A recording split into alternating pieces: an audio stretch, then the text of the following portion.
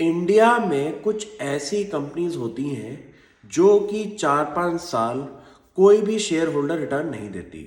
लेकिन उनके अगर फंडामेंटल्स एकदम से चेंज हो जाएं तो हिस्ट्री ये कहती है कि उन्होंने शेयर होल्डर्स को भर के रिटर्न दी है आने वाले फ्यूचर के अंदर। तो उसमें से एक कंपनी जो कि मेरी नज़र में इस टाइम है वो है स्नोमैन लॉजिस्टिक्स।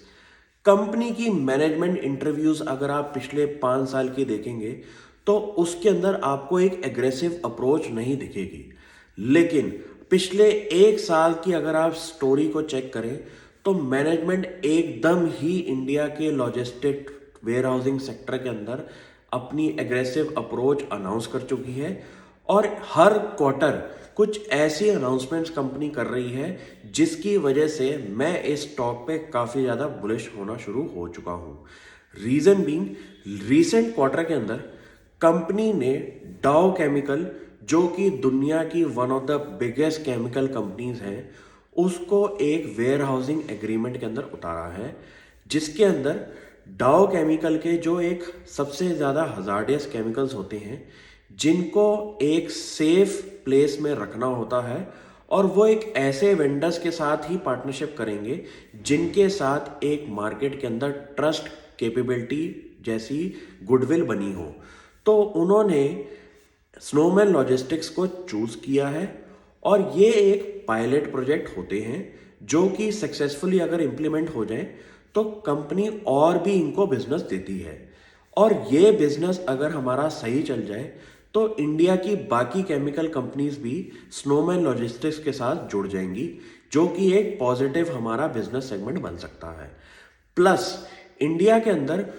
कुछ ही कंपनीज हैं जो कि अपने ERP सिस्टम पे काम कर रही होती हैं, क्योंकि एक ये एंटरप्राइज सिस्टम ऐसे होते हैं जो कि माइक्रोसॉफ्ट जैसी कंपनीज प्रोवाइड करती हैं, और इनकी कॉस्टिंग ज़्यादा होने की वजह से हमारे ट्रेडिशनल पुराने प्लेयर्स इसको प्रोवाइड नहीं कर पाते अपने बिजनेस के अंदर।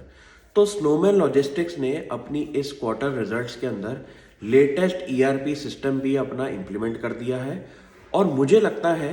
कि कुछ ऐसे सिस्टम्स अगर मार्केट के अंदर आपकी कंपनीज प्रोवाइड कर रही हो अपने बिजनेस के अंदर, तो वो अपने बिजनेस को काफ़ी ज़्यादा अच्छे सस्टेनेबल लेवल पे लेके जाना चाहते हैं, क्योंकि ये एक ऐसे सिस्टम्स होते हैं जिससे कि आपको डेटा एनालिटिक्स और कंपनी की प्रोजेक्शंस जो हैं वो काफ़ी ज़्यादा पॉजिटिव फ्रेमवर्क में आ जाती हैं।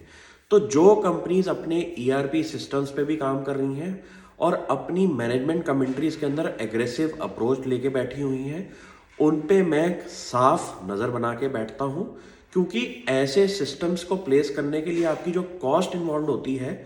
उसको अगर आपको बिजनेस एक्सपेंस में डालना है के वजह से अगर आपका बिजनेस ग्रो होता है, तो हिस्ट्री ये कहती है कि जिन कंपनीज ने अपने IT बैकएंड ऑपरेशंस के अंदर इन्वेस्टमेंट्स करी हैं उनके बिजनेसेस में काफ़ी ज़्यादा इंप्रूवमेंट हुई है in terms of revenue, in terms of cost, और इन टर्म्स ऑफ मार्केट के अंदर जो आपके कस्टमर्स होते हैं, अगर उनको आप ये डेटा प्रोवाइड कर दें अपने एनालिटिक्स चला के,